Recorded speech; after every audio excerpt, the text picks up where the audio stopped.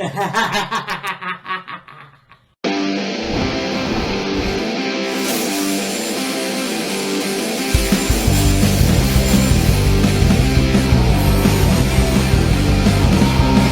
said, she'll take me anywhere, she'll take me anywhere, as long as she stays with me.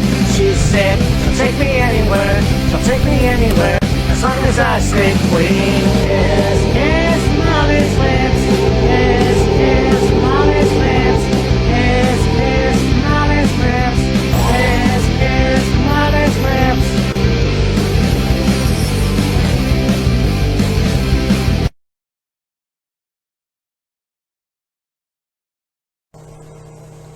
Hey, Mean Matt here, and well, I figured since I talked about Wrestlemania, I talked about Royal Rumble this year, not in a way that I usually have, but I did a what if video for most of them. Check them out if you haven't seen them. But I figured I would talk about the what if SummerSlam video. So like I picked 5 what ifs, and I feel like when I thought about it though, I was very excited. I figured, yeah, I'm gonna get this out. Some things didn't work out the way they should have, but whatever. But yeah, so anyways, without further ado, let's get into it. So number 5, obviously, if you haven't seen that on the screen, yes. So SummerSlam 1993. Now we talk about history with the USS Intrepid and a whole thing where Lex Luger came out of the jet in this Yokozuna in the challenge that, you know, you had Crush, you had Macho Man Randy Savage, you had a lot of that cool shit, and yeah, so Lex comes out, gets in the ring, the challenge is made, and Yokozuna gets slammed by Lex Luger. Now, when he came into the WWF, he was the narcissist, so yeah, comes out with the red, white, and blue American Old Glory pants, as it is. And yeah, the All-American Lex Luger was born, and he's going to challenge Yokozuna at SummerSlam. So, there it is. I feel like it wouldn't have hurt the WWF to put the title on Lex Luger. And here's why. Look, I understand when you watch the biography and you realize that he didn't seem ready, he didn't necessarily like the Lex Express, he didn't like a lot of that attention or whatever. Well, that's what you heard, and I guess when you saw the biography rather, that didn't bother him at all. There was a reason why he didn't win the title. There was a reason that he won by countout, however, but in my opinion, and you know how I feel about countouts, let's say Lex Luger did win the WWF title from Yokozuna clean. What a few months that would be. And it would change literally history. I mean, think about it. You have WrestleMania 10. Now, you can go both ways. You can say that Bret Hart wins the 1994 Royal Rumble and he'll go on to challenge Lex Luger, or maybe, let's say, you have Yokozuna become a double Royal Rumble winner.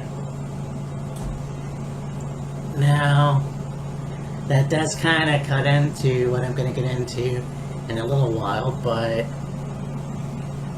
even if he doesn't keep the belt all the way to WrestleMania, it would be a really good thing. I find that, and I made this a lot, the thing where Lex Luger should have been champion, the WWF champion. He exudes America and all this other stuff. And so, yeah, Yokozuna could get the belt back, but, I mean, you know, it's unfortunate because I feel there was a lot of opportunity. You could have had Lex and Bret at WrestleMania. If you really wanted to, maybe Mr. Perfect at WrestleMania, but I don't know how well Mr. Perfect would be as the WWF champion. Like, he was the Intercontinental champion for the longest time, but this wasn't a different era, so I don't know how well that would be. That being said, that wouldn't have been a bad idea. You know, and then that would be something that could have happened. Obviously, you'll see the picture with Lex and the WWF title. I'm not even sure where that came from. Maybe that was SummerSlam, where he thought he won the belt. Who knows? But if you were going to tease it, you should have went with it eventually.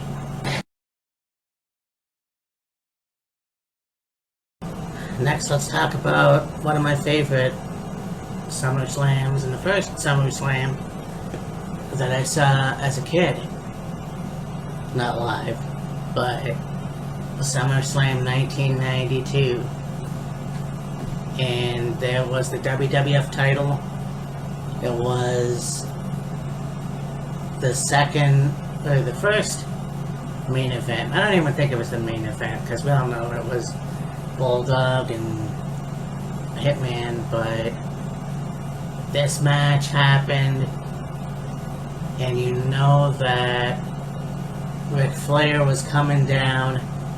I can't remember if it was Macho Man or Warrior that had Ric Flair's interest.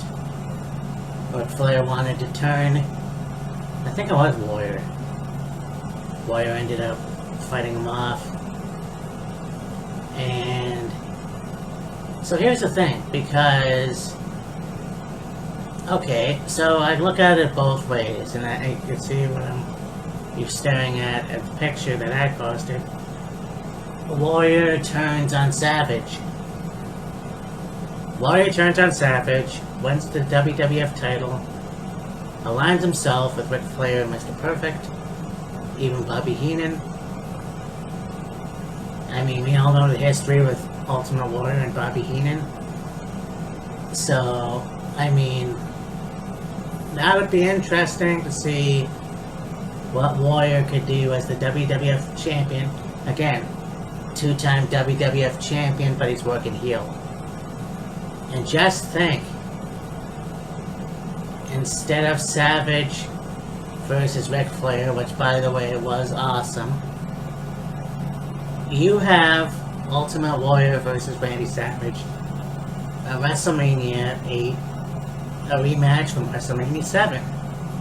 But this time, Macho Man's back. He's awesome. Like, he's the Macho Man, not the Macho King. Warrior's the champion, aligning himself with Ric Flair and Mr. Perfect. This is the perfect time, no pun intended, to put the title on Randy once again and see what happens. Hey, Future Matt here, and I was talking about WrestleMania 8, and if Warrior turned heel on Savage at WrestleMania 92, in reality, it would be WrestleMania 9. I could definitely see Warrior versus Bret.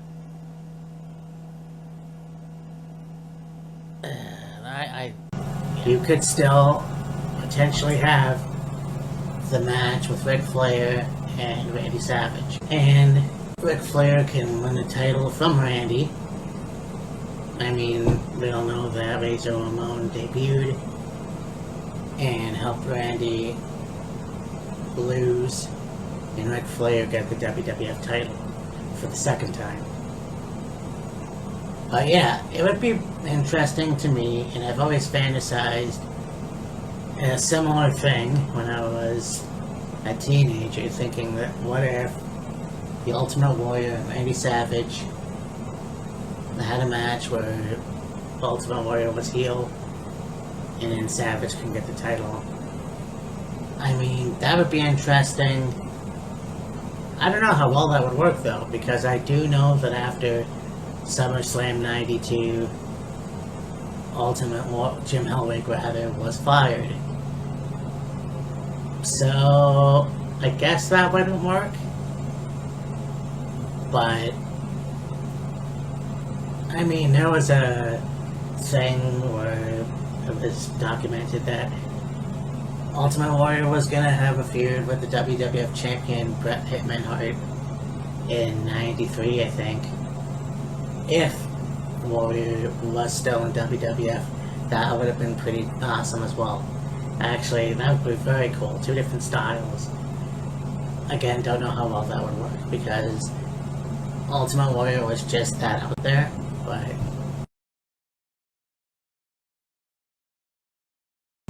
so this one, I kind of think, to me, it was a waste of time. I mean, when you look at, well, just recently, Lyra Valkyria and Becky Lynch winning the tag team titles at WrestleMania just to have Becky turn on Lyra after they lose them the next night. What a waste of time. So was this. And you have SummerSlam 1999. You've got Jesse the Body Ventura, who was the mayor of Minnesota. They were in Minnesota. And he was the special guest referee.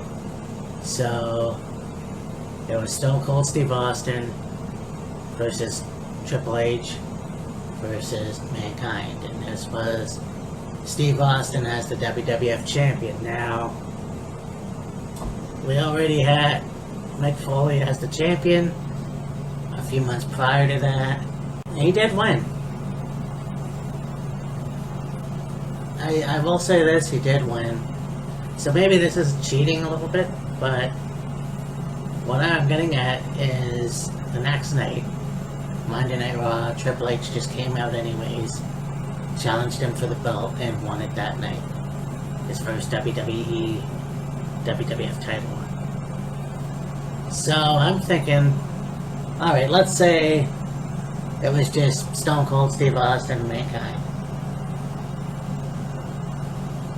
So Mankind wins.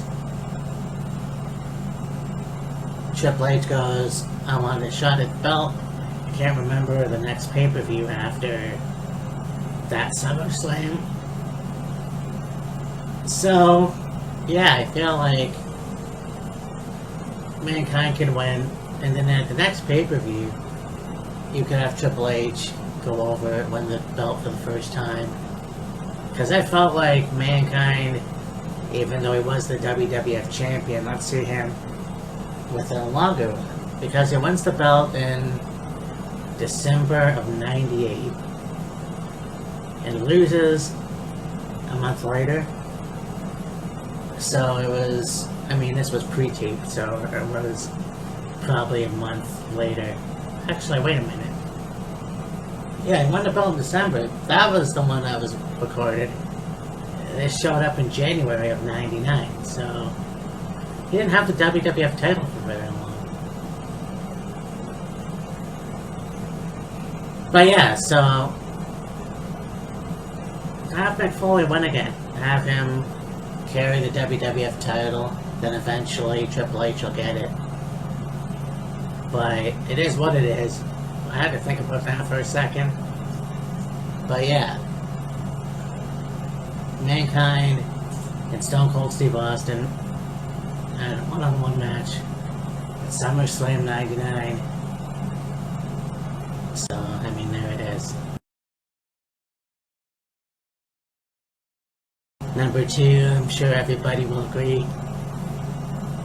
I mean, you had 2010, it was the Nexus versus John Cena, Edge, Bret Hart, Bryan Danielson, John Morrison, R-Truth, and Chris Jericho.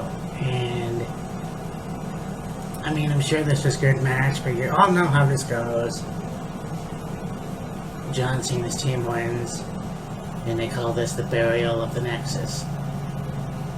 Now, I'm pretty sure I talked about that too, but I also feel like the Nexus could have gone over. Like, here's a new stable, and you don't always have to have the face go over. And we've done that with Triple H. Yes, these guys were new in the main roster, rather. So it's kind of like, who cares? Let's have the Nexus go over. Let's have a build. I know eventually all these guys had stellar careers. Some of them still do. And yeah, I don't think they needed to lose myself. But it's just, it is what it is. I think the Nexus could have went over. And number 1,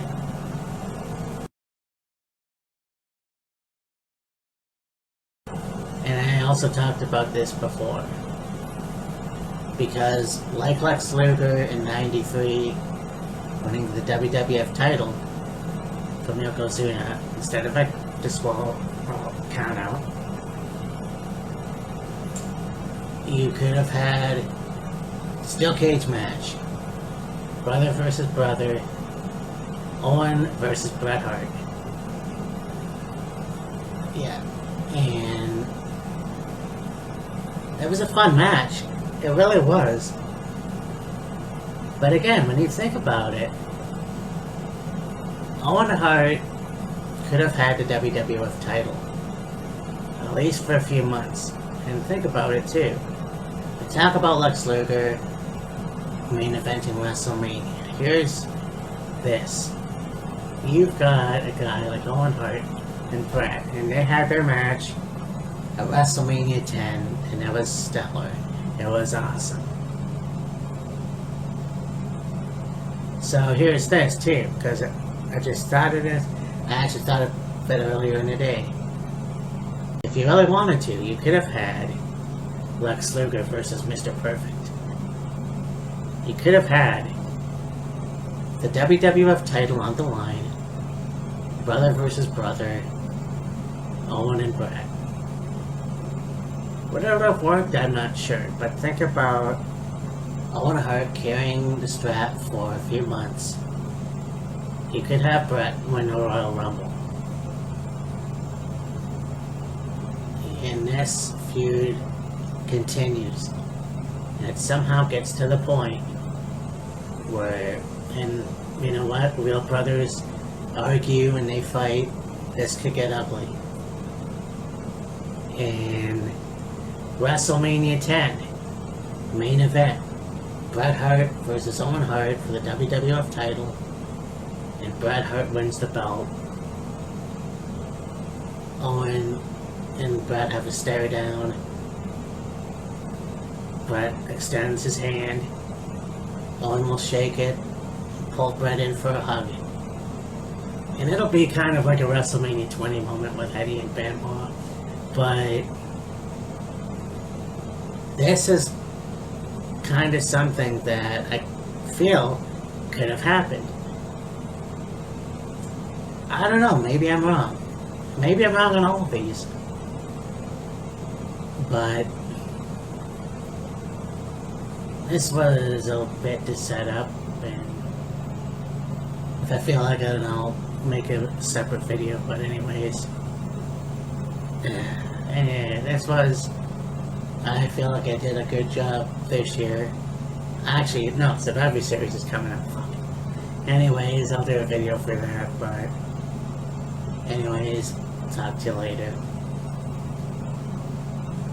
Bye.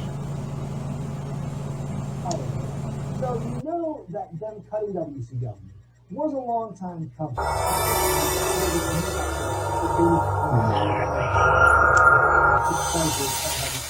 I don't think that's the case at all. If you look at some of his earlier interviews,